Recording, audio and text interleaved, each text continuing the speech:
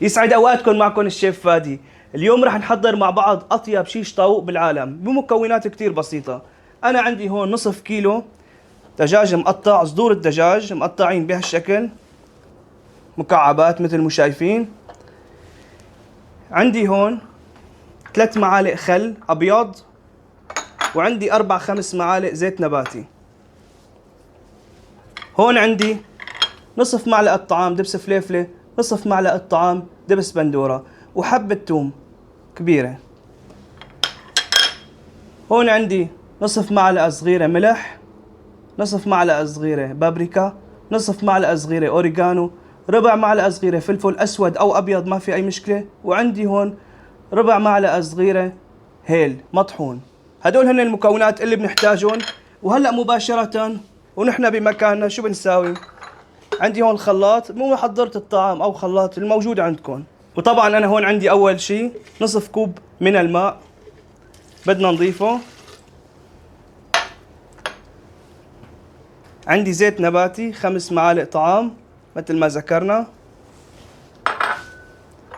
وعندي هون معلقتين كبار أو معلقتين طعام خل أبيض، والبهارات اللي ذكرناهن، الثوم، دبس الفليفلة، دبس البندورة. وهلأ بدنا نخلط المكونات مع بعض.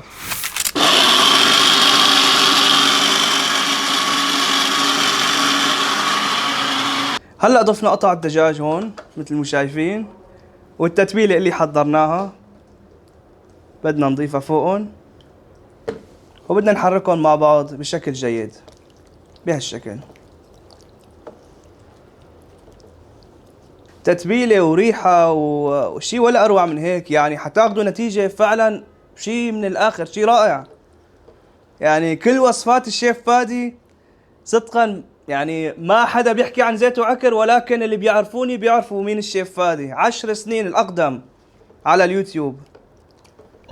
هلا هيك بعد ما حركناهم شوي مع بعض بدنا نغطيهم بشكل جيد، وبدنا نخليهم تقريبا ساعتين بالبراد حتى الطعمة تمسك بالدجاج.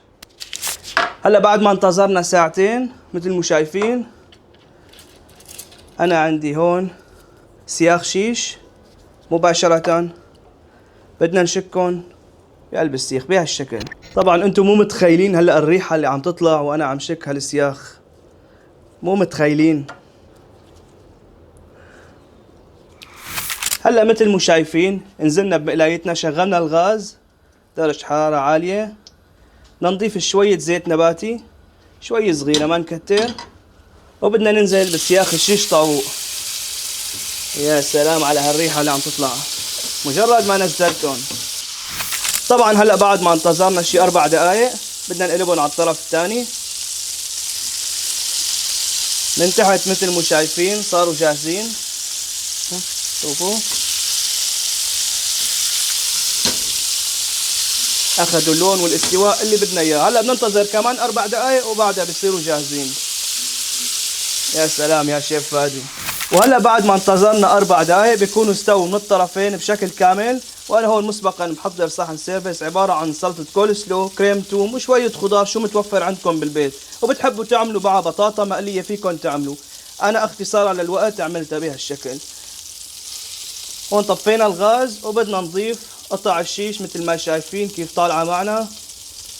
يا سلام، نتيجة ولا أروع من هيك. صدقوني النكهة حتحصلوا على نكهة كتير كتير كتير طيبة. هلا طفنا الوجبة بهالشكل، وتعالوا معي حتى ندوقها. يلا. وهلا تعالوا لندوق ونعطيكم رأينا من الآخر. وصفة شيش ما بتتفوت. الله على البهارات، البهارات. بتعرفوا هيك لما يكون الواحد حاطط بهارات ابدا على الميلي، الشيء المطلوب بالضبط ابدا. نكهة ولا اروع من هيك، يعني في استلزاز بالموضوع.